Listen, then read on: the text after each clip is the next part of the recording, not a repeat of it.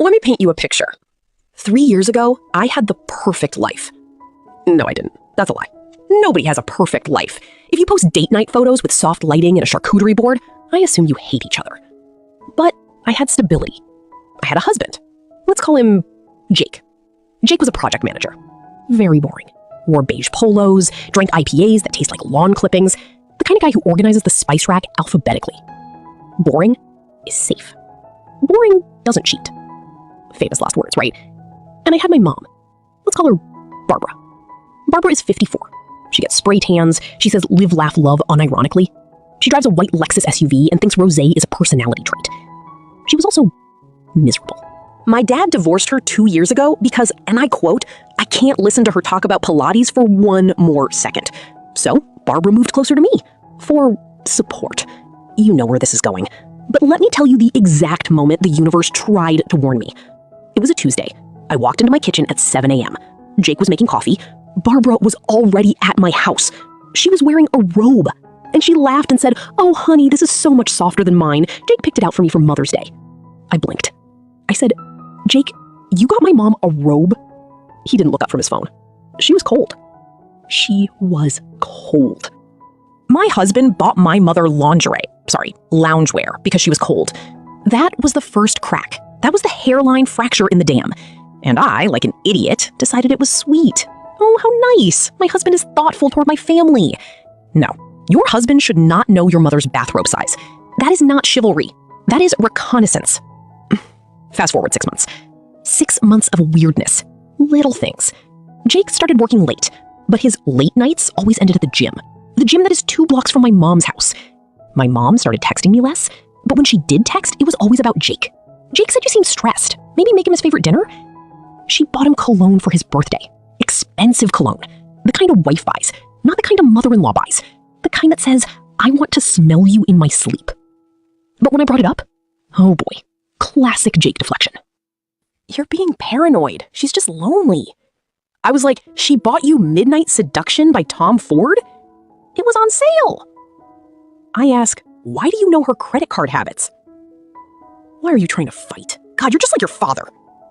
Oof, that one stung. Because my dad left because my mom is an emotional vampire. She sucks the joy out of rooms. And Jake just compared me to him? Red flag? No, this was a red parade with fireworks and marching bands. But here's the psychological trick they play on you. They make you feel crazy. They make you feel jealous and petty and controlling. So you back off. You apologize. You make him his favorite dinner. And while you're chopping onions, crying because you think you're the problem, he's texting your mom under the table. Okay, so how did I find out? It wasn't a lipstick on the collar. It wasn't a saucy text notification popping up on his Apple Watch while we were watching The Bachelor. It was dumber. It was modern.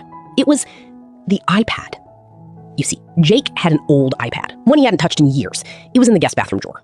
You know, for guests to read magazines on? I don't know. We're gross.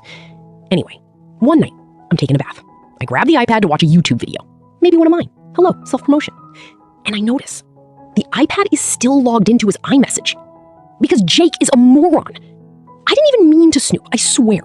I went to search for scary stories, and the search bar autofilled with, "I can still taste you." My blood turned to ice. Pause. Let me describe that feeling, because you need to understand the visceral horror.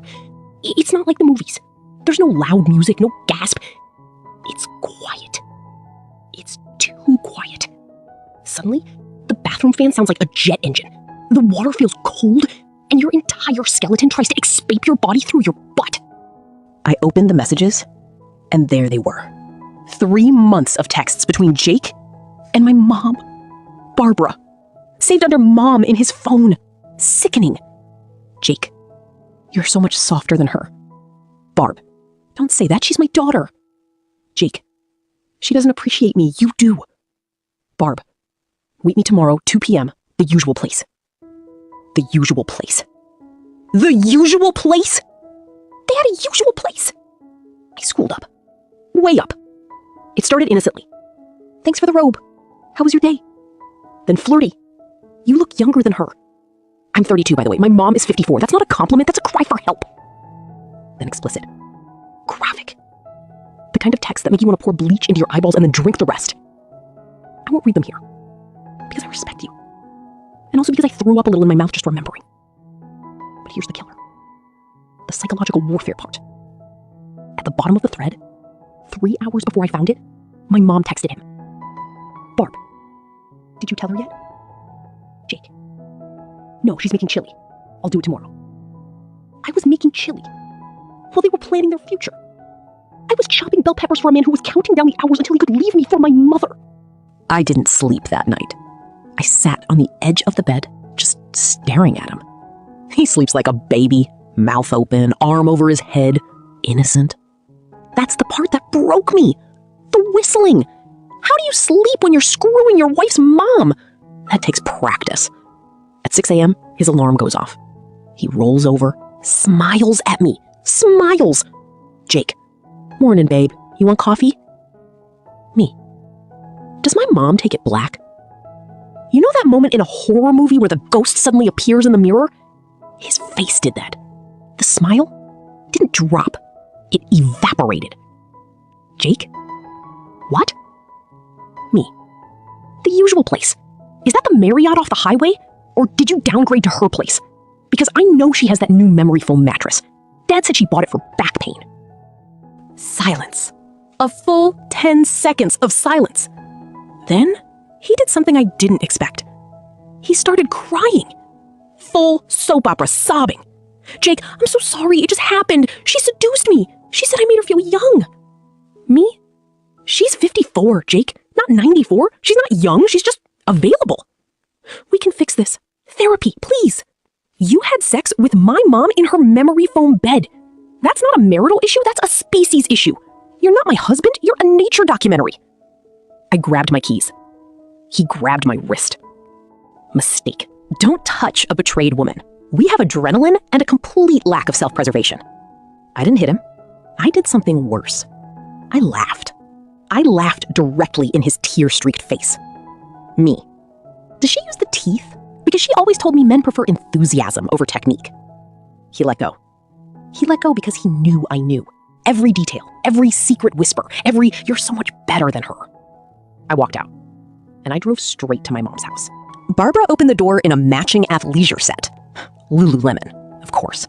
She looked guilty? No, she looked annoyed, like I was interrupting her afternoon wine.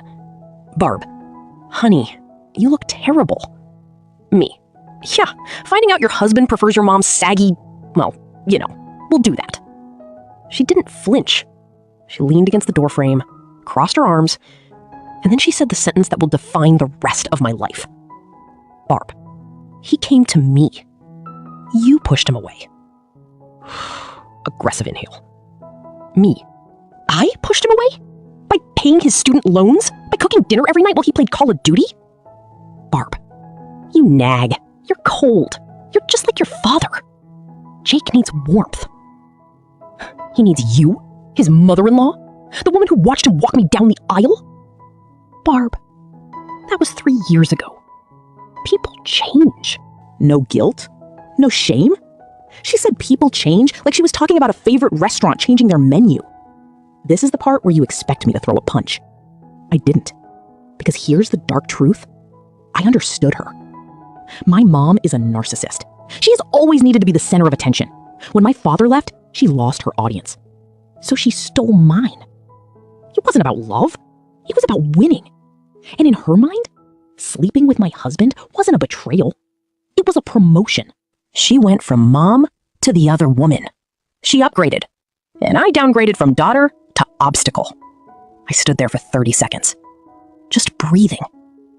Then I said the only thing that shut her up. Me. You know he's gonna leave you too, right? He's not a man. He's a parasite. He attaches to whoever feeds him. You're just the next host. Her smile twitched. Got her. I turned around, got in my car, and drove to the one place that made sense. A dive bar at 9 a.m. Okay, let's get real for 60 seconds. No jokes. Because the aftermath of something like this, it's not funny. It's quiet. You think revenge is the hard part. It's not. The hard part is 3 a.m. on a Tuesday when you're alone in a bed that smells like him. And you realize you don't just miss the person. You miss the idea. The idea that someone chose you. Except he didn't choose you. He chose your mom. That breaks something in your brain. A circuit board labeled trust. Because if your mother can do this, the woman who taught you to lock the doors and brush your teeth, then anyone can betray you. The grocery store clerk? Potential threat. Your best friend's boyfriend? Eyeing your leftovers? Your own reflection? She's the idiot who missed the signs. I didn't eat for 3 days. Not because I was sad. Because I was disgusted. Every time I looked at food, I'd picture them sharing a charcuterie board, tasting each other's wine. Ugh. Lawyers got involved, obviously. Jake tried to take the dog. The dog! A golden retriever named Gus who has never done anything wrong in his entire life. Judge said no. I got Gus. Jake got a box of his beige polos and a restraining order that my mom also ignored. Here's the twist you didn't see coming. My mom texted me last week. Barb, can we do brunch? Just us girls. Just us girls. Like she didn't ride my husband like a mechanical bull. I didn't block her. I replied. Me. Sure. I'll bring the chili. She didn't respond. Because she knows. She knows I'm not broken. I'm armed. So why am I telling you this? For retention? Yes. But also because this is classic dark psychology. There's a term for what my mom did. It's called surrogate betrayal. It's when the person who betrays you isn't just a partner. It's a parent. And the damage isn't just romantic. It's foundational. You spend your whole life thinking your mom is your safe space, your harbor. And then you find out she's actually the shark. Psychologists call this attachment trauma. I call it, thanks for the free rent in my head, lady. Here's what happens to your brain. 1. Hypervigilance. You start analyzing everyone's tone. Did my boss just flirt with me? Is my sister looking at my boyfriend too long? You become a private investigator in your own life. It's exhausting. 2. Moral injury. You realize the rules you lived by don't hurt family, loyalty matters. Those were just words. My mom used them as weapons. 3. Dark humor as armor. That's why I'm laughing while telling you this. If I don't laugh, I drive my car into a river. Humor is the lid on the boiling pot of rage. I'm in therapy now, 2 times a week. My therapist says, you're allowed to be angry. I say, cool. Can I be angry while also writing a book about this? She says no. I'm writing the book anyway. You want to know if I got revenge? The answer is yes. But not the kind you think. I didn't key his car. I didn't post the texts on Facebook. Okay, I posted some of them. No. My revenge was public record. See, Jake works in finance. Reputation is everything. So I filed for divorce on grounds of infidelity with a close family member. That's a real thing in my state. It's called criminal conversation in some places. Sounds goofy, but it's devastating. His boss found out. His HR department found out. You cannot be a trusted financial advisor when you're banging your wife's mom. It makes you look like you have the impulse control of a golden retriever. Sorry, Gus. You're better than him. He got put on probation. Then he got fired.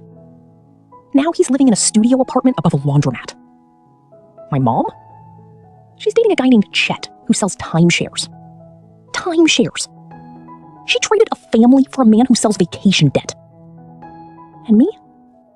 I'm here, talking to you, converting my trauma into content, which is its own kind of pathology, but hey, at least I'm self-aware. Look, I didn't tell you this story so you'd feel bad for me. I told you so you'd recognize the signs. If your partner is too nice to your mom, red flag. If your mom suddenly starts dressing younger, red flag. If you find a robe that isn't yours, burn the house down. Life is too short to trust people who don't deserve it. And if you're watching this and thinking, wow, my family drama isn't that bad, you're welcome. I just made your Thanksgiving look like a Norman Rockwell painting. Now smash that like button. Not for me, for Gus, the dog who saw everything and never told me. Loyal king. Subscribe if you want more stories about terrible people doing terrible things. I've got 100, and my therapist says it's healthy to share.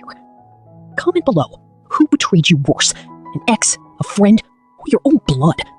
I'll read the worst ones on the next video. And Mom, if you're watching this, which you are because you can't stop obsessing over me, the chili was poisoned. Just kidding. Who am I?